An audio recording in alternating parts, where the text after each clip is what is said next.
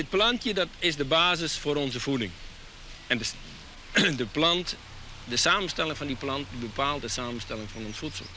Maar de samenstelling van die plant weer op zijn beurt, die wordt bepaald door het milieu waarin die plant zich bevindt. En dat is vooral de grond. En de grond is nu het punt waar wij heel erg ingrijpen in onze moderne landbouw.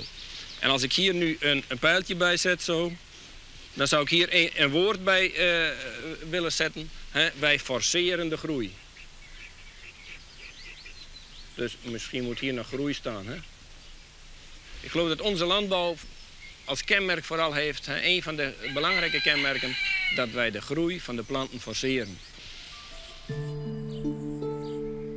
Dat kenmerk dat ingenieur Heisma uit Burgum al een dikke hele eeuw lang zo helder schetste, dat is een groot probleem worden.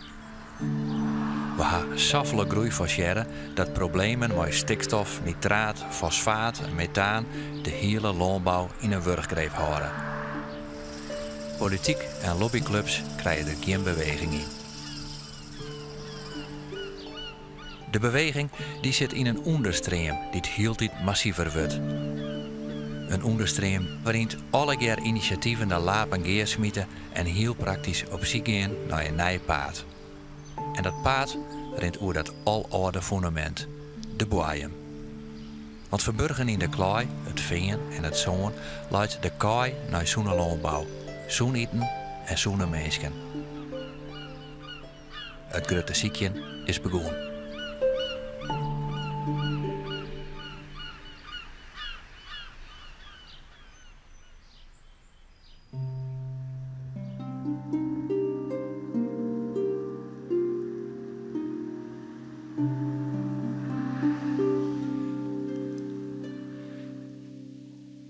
Johien, het loon al je wat om me door? Wat zeg? Johien, het loon al je wat om me door? Nou, hier, Dutchtek en verder daar bij de Loos, want ik verhuur. Oh ja. Ja.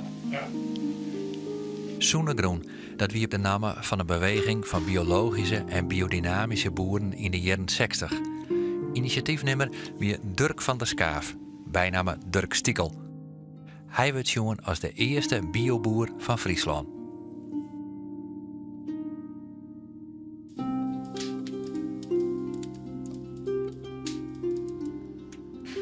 Eten verbouwen maar vergif, dat klopt niet.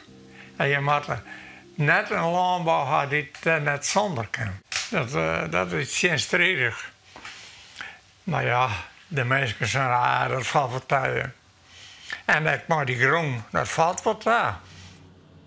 Nou ja, je rappelt ontsmetten, hè. Maar kwik. Ja. En daar was ik ziek van. Dat die elke hier destijds? Ja, Ja. dat moest. Net de voorlichting. En nou, dan de kroon ontsmetten, hè. Maar een machine, die spuiten dat spul op. Een beetje in de groenlijst. Waarom ging je daar net in mooi? Want iedereen die het toch? Ja, maar ik dacht al, die groen gaat daar. Je bezocht een orenmeisje daarvan door het jogen. Maar dat slagen net. Denk je dan heb ik het gesprek net goed gevoerd met je orenmeisje? Nee, dat is leuk. Misschien is het wel zo. Dat is het wat hoort hier, maar ik weet net hoe. Ik leer het zien.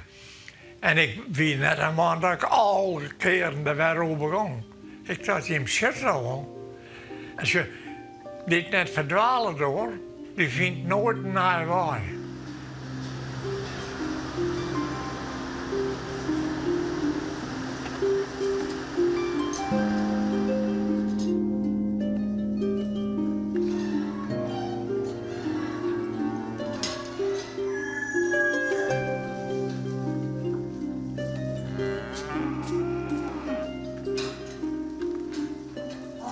Maar het bleu een lietsgroepje boeren dat het zonder gemiet waarvoer.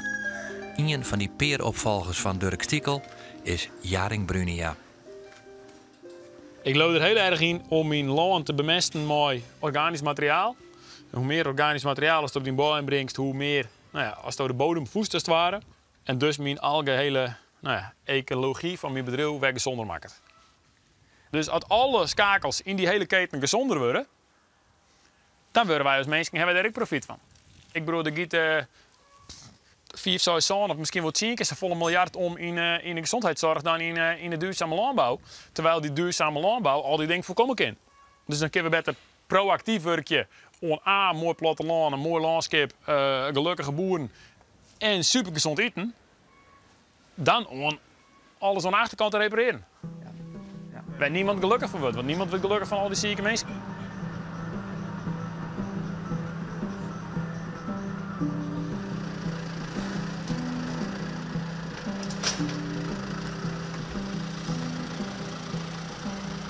Als de roulette dat die kool alleen nog gas ziet. En dat is een perfecte omega-3 opzijsverhouding. Dus zullen wij in theorie gezondere melk produceren. Daar willen we net voor betalen. Dus dat maakt het wel eens wat lastig om daar heel erg principieel in te wijzen. Daar zit een groot probleem in het economische systeem. Het produceren van zo'n eten kent domwaai net uit. En doet de oude 2 jaar de productie van Brunia Sky echt nog waarom doen. En hij net achter Helicoor wat daar de oorzaak van wie, sloeg de twijfel toe. Ik ging ervan uit en ik wie er heilig van uitzoeken dat het goed ging en dat mijn kei malke jongen, 22 molk ik hartstikke goed, dan zou 23 iets beter wezen moeten en 24 is maar nog in ieder geval hetzelfde. Nou, als het dan heel erg zakkert en je hebt geen flauw idee waar het komt en je wil als boer iets begrijpen, ja, dan blow je daar om je heen. Je had al eerst dat ik eigenlijk kenbaar maken van jongens, ik had zwier. Is dat moeilijk om dat in de iepenheid te gooien? Ja en nee. Toch die boodschap te delen van jongens, doe ik misschien alles verkeerd? Laat het om mij, laat het om mijn systeem. Wie kan me helpen? Komt er wel weer een gesprek op gang. Komen er wel weer mensen op je paard die zeggen van, hey Jaring, maar we die boerderij ecologisch een keer onderzoeken. Hey Jaring, heeft hier en hier ontdacht. Maar dan moest ik door dat te zeggen dat het eigenlijk net wist. Klopt, en dat is best spannend. Ja. Dat is het, maar ja. Die ziektocht die herkent elke boer. Een grutpad wil wel mooi in de verhoring naar meer regeneratieve landbouw, maar zit op allerlei praktische obstakels. Het gaat niet vanzelf, want er is eigenlijk niet een mainstream verdienvermogen of verdienmodel voor als jij meer regeneratief gaat boeren. Als de politiek die net weet op te lossen, dan moet de wetenschap dat maar doen. Dat is een beetje de insteek op Campus Friesland van de Grenzer Universiteit, die in de manden met andere universiteiten en kennisinstellings een haardrol speelt in het landelijke project RegNL. Het idee van RegNL is eens zo eenvoudig als wat. Breng 1000 boeren van alle soorten en maten bij elkaar, hark je naar haar vragen, inventariseer je wat voor kennis ontbreekt en beziek je die kennis met hulp van de wetenschap en bedrijven op te dwaan. Het is een heel groot programma waar dus ook kennisinstellingen manmachtig in zitten. Maar het onderzoek is ten dienste van die transitie van de boer. En dat geldt ook voor de rol van de ketenpartijen. Dus het is echt wat de bedoeling van hoe kan de boer en zijn bedrijfsvoering veranderen en welke kennis en informatie is er voor nodig om dat mogelijk te maken. Dus hoe kunnen we met dit programma helpen om een grote groep boeren, dus de mainstream, te helpen aan een nieuw verdienmodel. Tegelijkertijd zien we ook dat boeren die wel stappen zetten, vaak een periode hebben. Jaring Brunia is een van de boeren die het belutsen is bij RegNL. Geen gangbaar kinderen dingen goed en bio-kinderen dingen goed. En misschien is daar wel een soort tussenwaai in, of nog een extra waai, die we nog net weten, werden we nog op ziek moeten. Is dat, was er nou zoiets iets oors als was er 4 wielen zitten zoest? Ja, dat denk ik wel.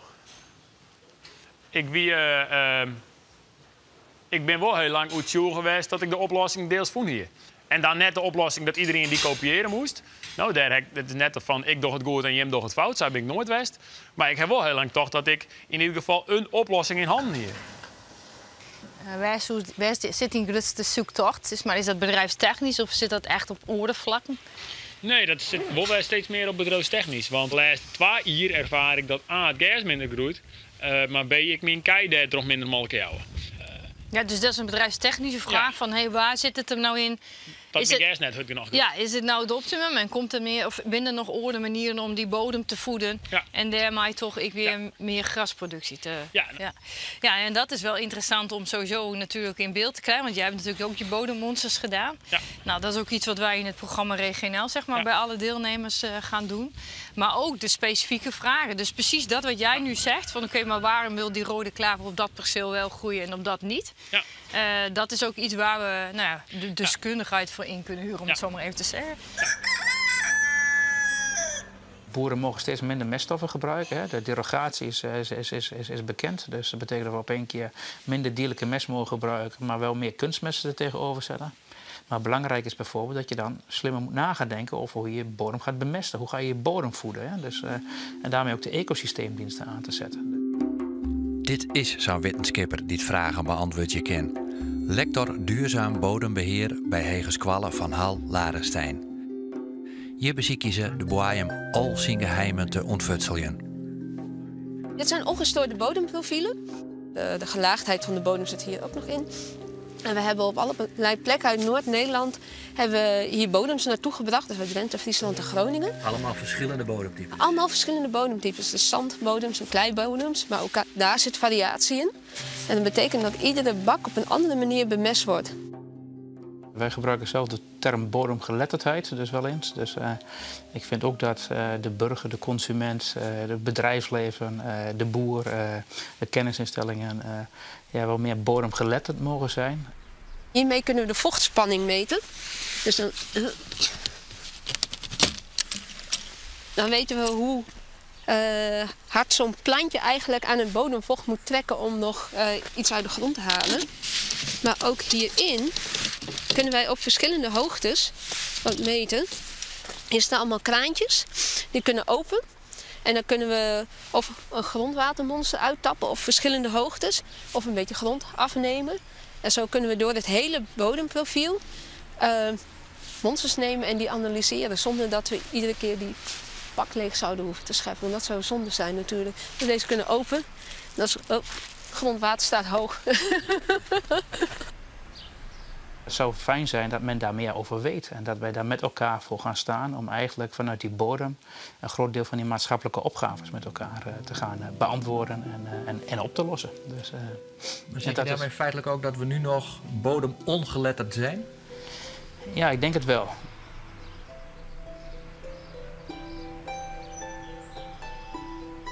De toestand van die grond waarin alle planten groeien, niet elke dag weer die de basis vormen voor onze voeding, dat is de basis van de volksgezondheid. En als we hier iets willen doen, als we werkelijk iets willen doen in de toekomstige volksgezondheid, dat we dan hier moeten beginnen. Niet zodat de jeugd dan eens een keer weer volwaardig voedsel kan krijgen. Voedsel wat rijk is aan mineralen, niet wat een goede eiwitkwaliteit heeft, niet en wat op een rustige wijze is gegroeid en goed is van opbouw.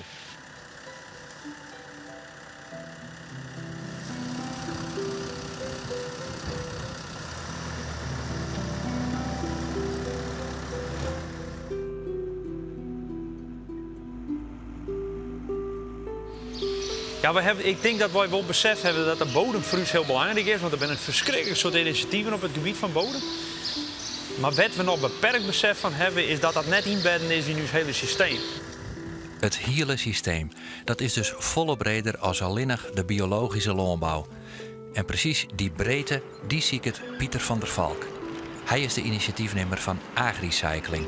Een coöperatie waarin de boeren ek de gongbare zelfs om het composteren slaan van bermgas en hekkelspecie. En wat Van der Valk betreft, als een ek van mensenpoep. Daarvoor moeten net alleen nog boeren, maar ook orenkrijft bondelen worden. Dat laten te een nieuw initiatief, maar diezelfde namen van vroeger. Soenegroen. Maar Soenegroen hopen we daar wat meer richting en vorm in gaan. En ik denk dat dat heel belangrijk is, want dan maakt het een enorme versnelling. Je just in die landbouw. Want hoe meer als we weten, hoe meer dat we tappassen kunnen. Hoewel de oprichting van Soenegroen hier in Tjerken is, preekt het net in een evangelie, maar wil het juist een ziekjende beweging wezen. Voor mij is het belangrijk, de landbouw en de landbouwtransitie die bestaat eigenlijk net. En dat klinkt misschien wat bout, maar uiteindelijk gaat het erom van we zijn machinaal in een transitie of we binnen het net. Landbouw is net een onderdeeltje wat je los kan kennen van de rest van de samenleving. Dus voor mij is het heel belangrijk dat we die verbinding daadwerkelijk vinden. Dus hoe vinden we de verbinding tussen landbouw en de rest, de onderzoek, et cetera. Dat is voor mij een cruciale stap om uiteindelijk verder te kunnen groeien naar een, nou ja, denk ik, meer effectieve landbouw.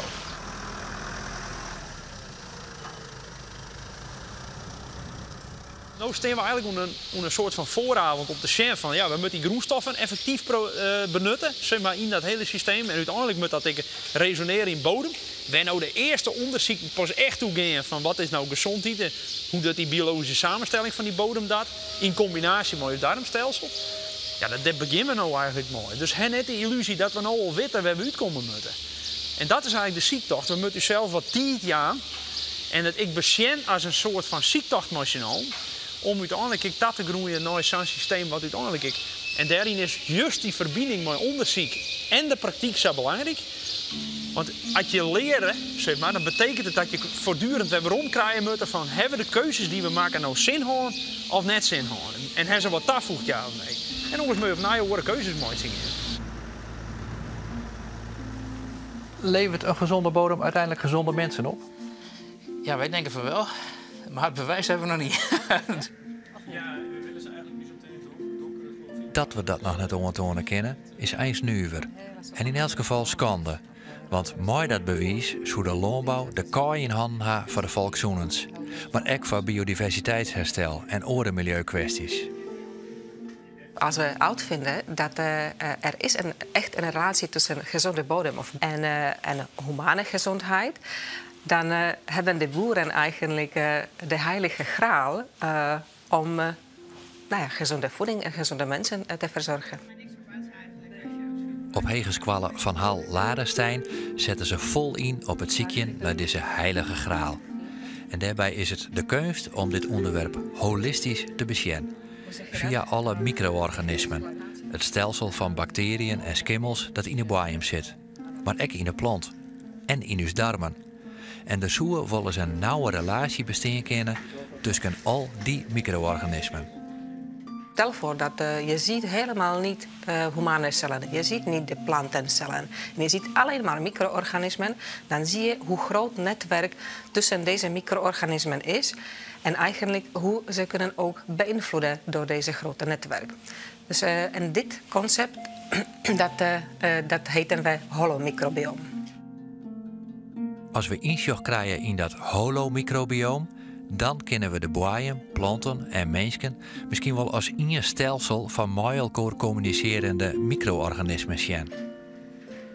Vroeger op school leerden we altijd over het humane lichaam. Die bestaat uit humane cellen.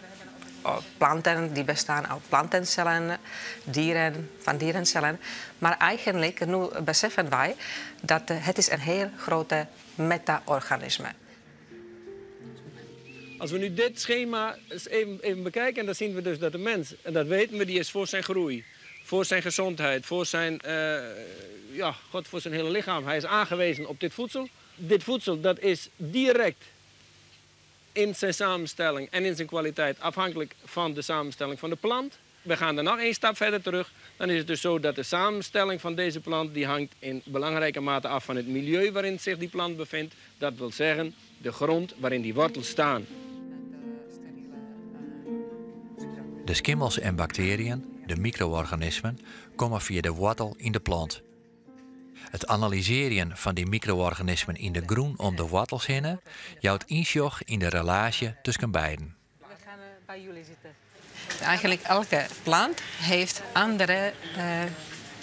verschillende diversiteit van de voedingsstoffen voor de micro-organismen. Dus dat betekent dat elke plant trekt andere micro-organismen binnenin. En zo de plant eigenlijk bepaalt de samenstelling van de micro-organismen ook rond de wortels. En voor ons is het belangrijk welke micro-organismen zijn daar, hoe kunnen we ze sturen en wat ze betekenen binnen dit hele systeem voor de plant en voor de gewasnutriëntenwaarde en gezondheidswaarde eigenlijk. Dus ik hoop dat in 10 jaar hebben we genoeg data en onderzoek dat wij kunnen dit ook sturen en dat de bewustwording is er, dat ook de consument is bewust over waar komt de voeding vandaan, wat eten we, waarom eten we dat en hoe kunnen we ook voeding en eigenlijk de oorsprong van voeding gebruiken om ons gezond te maken.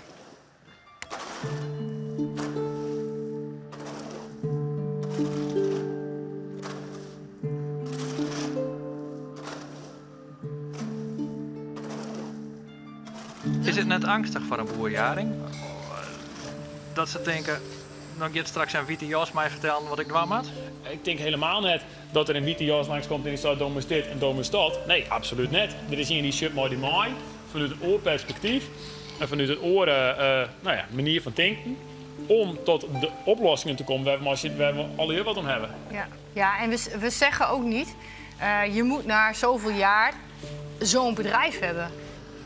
Ja, de uiteindelijke stip op uiteindelijk is dat we ziekenhuissystemen die gewoon steeds minder gebruik hoeven te maken van schadelijke input. Wanneer dat moet eindigen, dat is de vraag. En het feit dat het de politiek net slaagt om die stappen te zetten, is dat voor dit soort initiatieven demotiverend of juist stimulerend? Van nou, dan doen wij het wel. Mooie vraag. De politiek is natuurlijk vaak ingericht op de korte termijn. En ik denk dat dat de partijen die elkaar meer opzoeken, meer bezig zijn met de lange termijn.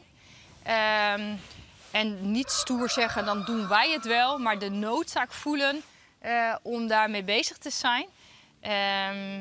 En ik denk dat er gewoon superveel goede initiatieven zijn. Dus de kunst is om ook daar, en dat gaat niet vanzelf, maar ook daar proberen complementair in te werken.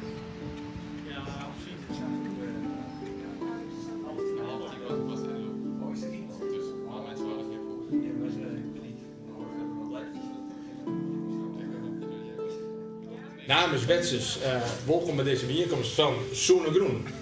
Wij zijn ook betrokken bij Soenegroen. Wij hebben als Wetsers, samen met heel veel andere mensen in de provincie, wel de droom dat er naast de watercampus uiteindelijk ook een bodemcampus ontstaat. Daar waar we nu wel eens wat gepolariseerd op zoek zijn naar eigenlijk gesegmenteerde oplossingen, denk ik dat we eigenlijk moeten gaan kijken naar een hele integrale oplossing. Ja, en dat is voor ons de zoektocht geweest. En voor ons is eigenlijk de bodem een cruciale verbindende factor tussen al die facetten. En met name de circulariteit van die bodem. Volgens mij moeten we eerst daar naar een model wat stuurd wordt vanuit juist die Soenerbaan. Dat we het ontonen kennen, dit is substantieel gezonder. Ja, en dan kerst je in de merk, ik zei niet eens van, luister eens jongens, wij produceren hier substantieel gezonder eten dan wij dan ik. Dus we moeten net zeuren over een verdienmodel, we moeten het eerst zien laten. Nou, ik denk dat verdienmodel dat leidt in eerste instantie misschien wel op het recyclend vermogen van die bodem. Waarin als eigenlijk een hinkstapsprong creëert richting een gezond product, wat uiteindelijk dan ik weer beter vermarkten kan. Vooruitgang is net boem noemen in welke vorm ik. Wij zijn heel snel geneigd om gangbare landbouw en biologische landbouw uit te drukken en het ene de hemel in te prijzen en het andere eigenlijk vernietigend te beoordelen. Inderdaad, ik probeer uit die polarisatie wel uit te bloemen, omdat ik denk dat als het daar hoe gaat, dan vervaagt eigenlijk de discussie hoe het echt hoe gaan moet. We hebben misschien al een jaren wat uit te zien. En daar kunnen we plak alle jaren in vinden. En dat is het mooie. Dus laten we daar maar aan de gang. Er zit helemaal geen verschil tussen elkaar. Dus hebben we eigenlijk een prima basis om machinaal die ontwikkeling terug te maken. En daarom bedoel ik graag uit dat hokjesdenken bij. Omdat ik denk dat we mooi circulariteit echt een onderwerp hebben wat iedereen omgaat. En iedereen rekt. En zo kan de revolutie in het noorden beginnen. Zo begint de revolutie in het noorden. En waarom net? En waarom net? Nee man, hoor eens op. Waarom net? Ja, godverdikke, we kennen het hier. En de afvallen van de planten, de afvallen van de dieren, de afvallen ook zoveel mogelijk van het voedsel en van de mens, moeten weer terugkomen naar de grond. Van de plant, van de dieren en zoveel mogelijk ook van de mensen. Dat moet weer de basis vormen voor de volgende groei. Wij moeten natuurlijk ingrijpen als mensen en wij kunnen ook ingrijpen. Ik ben ook niet tegen het toevoegen van bepaalde mineralen aan de grond. Maar deze mineralenstoffen die moeten eerst verwerkt worden door het organisch leven in de grond en komen eerst dan ter beschikking van de plant. Dus met deze stoffen verrijk ik de grond en voed ik niet direct de plant. Want als wij direct ingrijpen in het voedingsproces van de plant, dan zijn we op de verkeerde weg. En ik geloof dat wij daar op dit moment heel erg mee bezig zijn te doen. Nou, dat is het.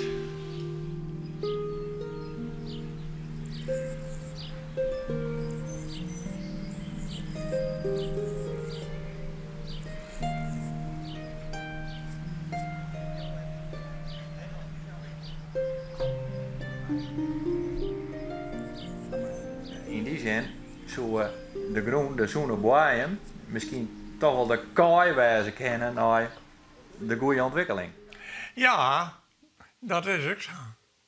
En ik denk ook dat die mensen, die schurven het nog wel, het kind dan net er ook in. En dan hoor je het om mij het biologisch te nemen.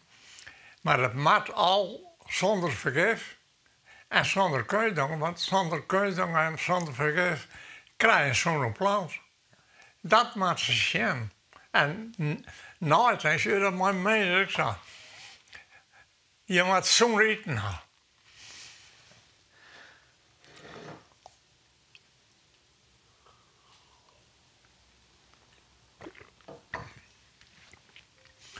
En hoe langer ik ben nu jonger, ik heb langste tijd al.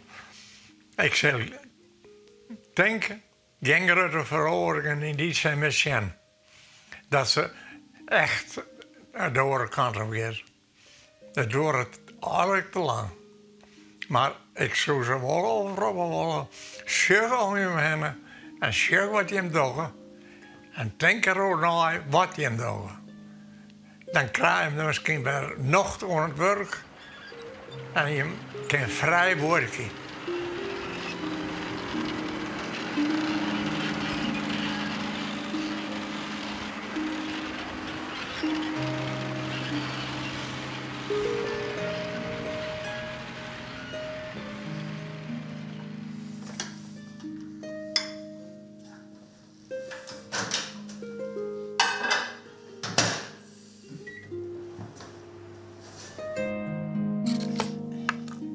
Nou, uw mem had hem van de week op een foto zien hoor.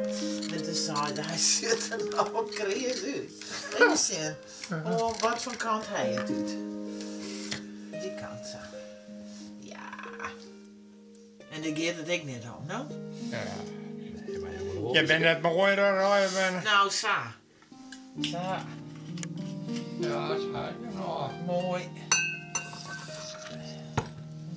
Mooi. Alles goed. De groene jetten moet even in de pan hebben. Ja, maar de groene jetten heb ik voortgegooid. Oh. Krijg het door. Ja, je krijgt het hoors. Lekker? Ja, wel.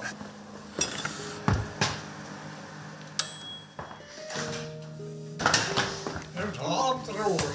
Het walenteroer, lekker waar. Ja. Alsjeblieft. Ik zou zeggen lekker eten. Dank u wel.